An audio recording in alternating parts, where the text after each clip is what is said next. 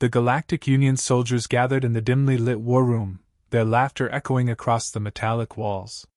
They shared exaggerated stories of Earth's irrelevance, their voices dripping with disdain. "Can you believe they still use those primitive slug throwers?" One alien soldier sneered, his gleaming armor catching the room's sterile light. Another joined in, mimicking the slow, deliberate movements of an Earth sniper. The group erupted in laughter, mocking the human race's apparent lack of sophistication. For centuries, Earth had been the laughingstock of the Galactic Union, their outdated methods and minimal contributions a source of perpetual amusement. The intergalactic war was reaching a breaking point. The Dracthyr, a ruthless and technologically superior alien empire, were sweeping through star systems with terrifying efficiency. Their massive fleets, equipped with weapons that defied comprehension, decimated planets in mere hours. The Galactic Union, an alliance of species sworn to resist the Dracthyr's tyranny, was faltering. Despite their advanced weaponry and superior numbers, they were consistently outmaneuvered. Humanity, a minor member of the Union, had contributed only basic infantry and obsolete weapons, a gesture more symbolic than strategic. Most species in the Union viewed humans as relics of a past that held little value in a future dominated by technology. Captain Elias Kane stood apart from the crowd, his weathered face a testament to decades of service. His graying hair and scarred hands spoke of a man who had seen too much yet refused to be broken.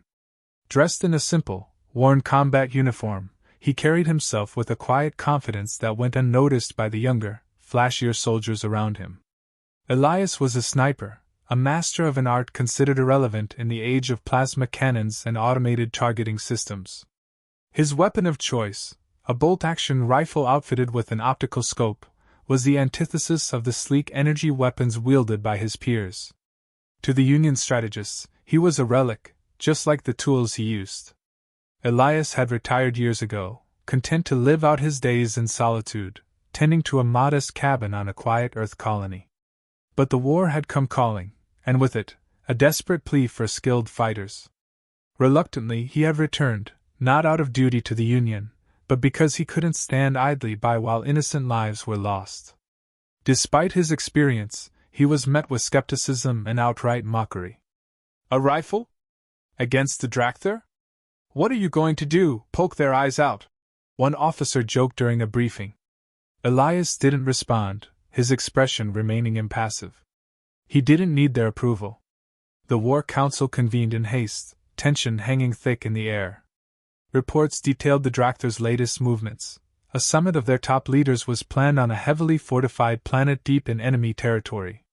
The intelligence was clear: eliminating their supreme commander could destabilize the Empire and give the Union a fighting chance. The problem? No one believed it was possible. Advanced defenses surrounded the Dracthyr leader, rendering conventional tactics useless. Yet, Elias volunteered, his voice calm and measured. "I'll do it," he said, the room falling silent. The strategists exchanged incredulous glances before bursting into laughter. "You?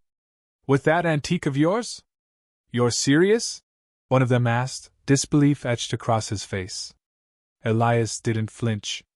He had no illusions about the difficulty of the task, but he also knew something the others didn't. He understood the power of precision, of patience, of the human ability to see opportunities where none seemed to exist. As the council moved on, dismissing his offer as a desperate act of hubris, Elias quietly began preparing for a mission that would change the course of the war. The mission briefing was direct and grim. The Dracthyr Supreme Commander would be attending a war summit on Calavix Prime, a fortress world buried deep in enemy space. Every approach to the summit was shielded by advanced defenses, plasma grids, drone sentries, and electromagnetic shields that rendered most weaponry ineffective. The Union strategists described it as an operation requiring absolute precision and luck in equal measure. To everyone else, it sounded impossible. Elias Kane stood at the back, listening silently. When the room opened for volunteers, no one moved. Finally, Elias raised his hand. "I'll take the shot," he said. The room erupted in murmurs and stifled laughter. One officer leaned back in his chair, smirking. What, with your ancient rifle? Do you know what kind of shields we're dealing with? Another chimed in. We need more than some earth relic waving a stick. Elias didn't react. He waited for the noise to settle, then simply said, Just get me to the planet. His calm unnerved them. Despite their doubts, the mission needed a volunteer, and no one else was stepping up. In the dimly lit armory, Elias inspected his rifle with a practiced eye. The weapon had been with him for decades, a bolt-action rifle with a polished wooden stock and a finely tuned optical scope. A younger soldier watched him, curiosity outweighing his skepticism. Why not just use something modern? The soldier asked, pointing to a rack of sleek plasma rifles. Elias didn't look up. Modern's complicated, he said, sliding around into the chamber. Complicated means more ways to fail. He picked up a cloth and began wiping down the barrel, his movements deliberate and reverent. As he worked, brief flashes of memory surfaced. Years of grueling training in Earth's wilderness, where the only way to survive was to hit your target with one shot. He had learned the importance of stillness, of controlling every breath and heartbeat. Precision, not power, was what mattered. Technology won't save you when it counts, he told the young soldier. It's knowing what to do when everything goes wrong. The soldier didn't reply, but his expression shifted, a faint hint of respect flickering across his face. The journey to Calavix Prime was tense. Elias was part of a small infiltration team tasked with slipping through Dracther defenses. The team, made up of soldiers from different species, exchanged uneasy glances when he joined them on the transport ship. One of them leaned over to another and whispered, We're putting our lives in the hands of Earth's last embarrassment. The comment drew quiet chuckles. Elias ignored them, his focus already on the mission. Halfway through their journey, the ship's alarms blared. Cloak drone, the pilot muttered, scanning the controls frantically. Before anyone could react, Elias stepped forward and pointed to a faint distortion on the ship's sensor display. There, he said calmly. The pilot hesitated but followed his direction, steering the ship into a nearby asteroid field to avoid detection. The team stared at him, their laughter forgotten. Elias returned to his seat without a word, his expression unreadable. The infiltration point was a desolate ridge overlooking the Dracther stronghold, the fortress a massive, foreboding structure bristling with defenses. The team disembarked, setting up an observation post among the jagged rocks. The tension was palpable. Even the most confident soldiers seemed on edge, their nerves fraying under the weight of the mission. Elias, however, remained steady. He studied the terrain with a sniper's eye, mapping out angles, distances, and potential obstacles. One of the team members, fidgeting nervously, couldn't help but ask, Do you really think you can pull this off? That rifle of yours, it's not exactly state-of-the-art. Elias finally looked up, his gaze steady. It's not about the rifle, he said simply. It's about the shot. His calm demeanor silenced any further questions. As the others adjusted their equipment and kept watch, Elias lay prone on the ridge, his rifle resting against his shoulder. He scanned the stronghold through the scope, noting every movement, every detail. He could see the enemy's advance shielding shimmering faintly in the air, a near impenetrable barrier. He closed his eyes for a moment, visualizing the shot. Distance, wind speed, trajectory, he calculated it all, his mind working with the precision of a machine. When he opened his eyes again, there was no doubt. He was ready. The Dracther Supreme Commander arrived in a spectacle of power, his massive transport descending onto the stronghold's central platform. The ship's landing gear hissed as it touched down, its hull bristling with weaponry. Flanked by elite guards in shimmering exosuits, the commander stepped out, his imposing figure encased in ornate armor that seemed to radiate authority. The Union team watched through their scopes, their tension palpable. One soldier whispered, Even if we hit him, those shields will stop everything. Another muttered, This is suicide. No weapon we have can punch through that. The commander moved with calculated confidence, utterly unconcerned by the idea of an attack. Elias remained silent, observing every detail through his scope. His hands were steady, his breathing slow and deliberate. While the others whispered doubts, he was already working. He shifted slightly, adjusting his position on the ridge, his body melding into the rocks. His perch provided the perfect vantage point, elevated and obscured, with a clear line of sight to the platform. Slowly, he adjusted the scope, accounting for the faint shimmer of heat distortion rising from the terrain. His calculations were meticulous. He measured the wind, gauging its subtle shifts as it moved across the open space between him and the target. He accounted for the planet's gravity, slightly stronger than Earth's, which would pull the bullet down over the distance. He traced the commander's path with his scope, noting every step, every pause. The guards formed a tight perimeter around him, their movements synchronized and disciplined. The shields flickered faintly as they moved, revealing tiny, intermittent gaps in their coverage. Elias's focus was absolute, his world narrowing to the target and the space between them. The moment came. The commander paused briefly to address his officers, turning slightly to one side. Elias exhaled slowly, his finger resting lightly on the trigger. The world around him seemed to fade, the chatter of his team and the hum of distant machines disappearing into silence.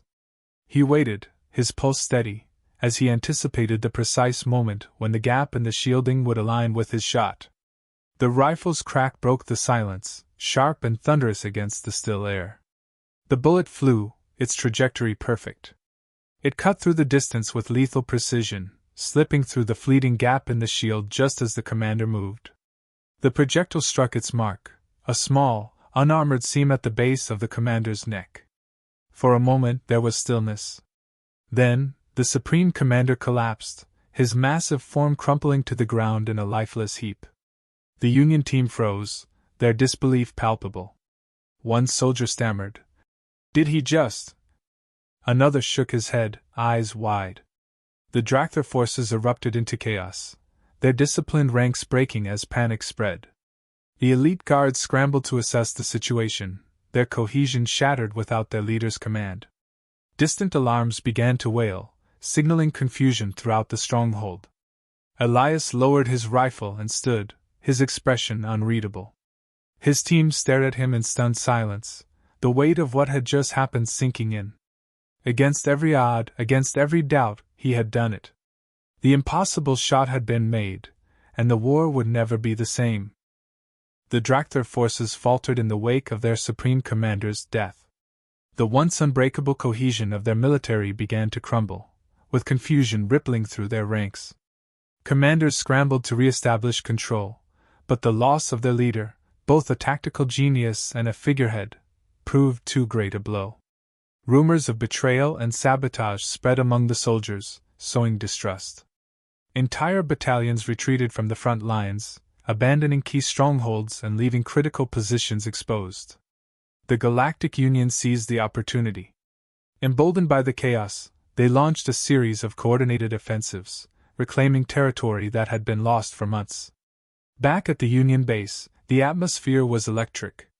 Soldiers celebrated their first major victory in what felt like an eternity, yet amidst the jubilation, Elias Kane stood apart. He walked through the crowded corridors with the same calm demeanor he had carried into battle, brushing off the enthusiastic cheers and salutes directed his way. When an officer approached him to commend his actions, Elias simply nodded, saying, "Just doing my part." Younger soldiers followed him with wide-eyed admiration.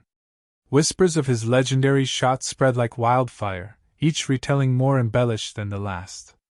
Even those who had mocked him, the ones who had called him Earth's last embarrassment, were now silent, their skepticism replaced by a grudging respect. One of them, a brash alien lieutenant, finally approached Elias, awkwardly extending a hand. "I was wrong about you," he admitted. Elias shook his hand without hesitation, offering no gloating words, only a quiet acknowledgement of the gesture. The Galactic Union's perception of humanity began to shift. Once dismissed as an irrelevant member of the Alliance, humans were now seen as something more. Union strategists began analyzing Elias's tactics, realizing that adaptability, creativity, and the ability to think beyond technological constraints were critical assets. Commanders from other species approached human officers with newfound interest, seeking to learn the old-fashioned methods that had achieved what their advanced systems could not. Training manuals began including sections on patience, precision, and simplicity, drawing inspiration from the techniques Elias embodied. On a broader scale, humanity's reputation transformed. No longer viewed as relics of a bygone era, humans were recognized as a vital part of the Union's strength. This newfound respect extended beyond the battlefield, with cultural exchanges and alliances forming in ways that had seemed impossible before. Humanity had earned its place, not through brute force or advanced weaponry, but by proving that the old ways still held value in a rapidly changing universe. As the celebrations continued around him, Elias returned to the armory. He placed his rifle on the workbench, carefully disassembling and cleaning it one final time. Each piece was handled with the same care and reverence he had shown before the mission. It was a ritual, a quiet acknowledgement of the tool that had served him so faithfully. Once finished, he packed the rifle into its case and stood, his hand lingering on the worn leather handle for a moment before turning to leave. Before departing, Elias stopped by the training grounds, where a group of young recruits was practicing under the supervision of an instructor. He watched them for a moment, their energy and enthusiasm a stark contrast to his measured calm. One of the recruits noticed him and hesitated, unsure whether to approach. Elias nodded, motioning for them to continue. As he turned to leave, the instructor called out, "Captain Kane, any advice for them?" Elias paused, looking back at the group. He considered his words carefully, then said, "Never underestimate simplicity. The fanciest tools in the galaxy won't save you if you don't know how to use them right. Trust yourself, not just the tech." With that, he walked away, blending into the crowd. Elias Kane didn't stay for the accolades or the ceremonies. He returned to his quiet life, satisfied that he had done his part. But his name and his actions would echo across the stars for generations to come. The Galactic Union underwent a profound transformation in the wake of Elias Kane's actions. Strategists began revisiting their reliance on advanced technology, realizing that innovation didn't always mean complexity. Human advisors, once relegated to minor roles, were now being placed in key positions throughout the galaxy. These advisors brought with them not just knowledge of Earth's tactics but also an emphasis on adaptability and ingenuity. Training programs were revamped to include lessons on precision shooting, situational awareness, and the value of patience, skills Elias had demonstrated with unrivaled mastery. Union fleets, once entirely dependent on automated systems and overwhelming firepower, started integrating more versatile strategies. Joint training exercises now blended advanced weaponry with what many termed human instinct. The results were undeniable. Forces became more efficient, and their responses to unforeseen challenges improved dramatically. Even species that had once looked down on humanity began adopting similar practices. Elias's legacy reshaped the Union, proving that balance between tradition and technology was the key to survival. The Dracthyr, though regrouped and still a formidable enemy, had changed as well. Their fear of humans was palpable. Among their ranks, rumors spread of Earth's sniper species, capable of striking down even the most protected leaders with a single, unseen shot. Propaganda machines painted humans as ghostly figures, warriors of unimaginable precision and patience. Stories of Elias Kane circulated not just among allies but also among enemies, growing with each retelling. He became a legend, a symbol of the unexpected strength of humanity. To the Galactic Union, these tales were more than myth. They were a reminder of what had been achieved, and what could still be learned. The Union capitalized on the fear the Dracthyr felt, employing psychological tactics that emphasized the unpredictability of humans. Battle after battle, the Union found itself better prepared, often gaining the upper hand through strategies inspired by the old sniper's methods. Meanwhile, Elias Kane returned to Earth, declining every offer of promotion, medals, and public appearances. He retreated to his small cabin in the woods, where the only sounds were the rustling of leaves and the occasional crack of a fire. He lived simply, tending to his land and maintaining his tools. Word spread among the locals of the hero who had returned home, but Elias didn't entertain visitors looking for stories.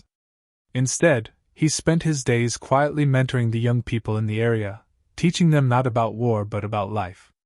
He showed them how to steady their hands, control their breathing, and focus their minds.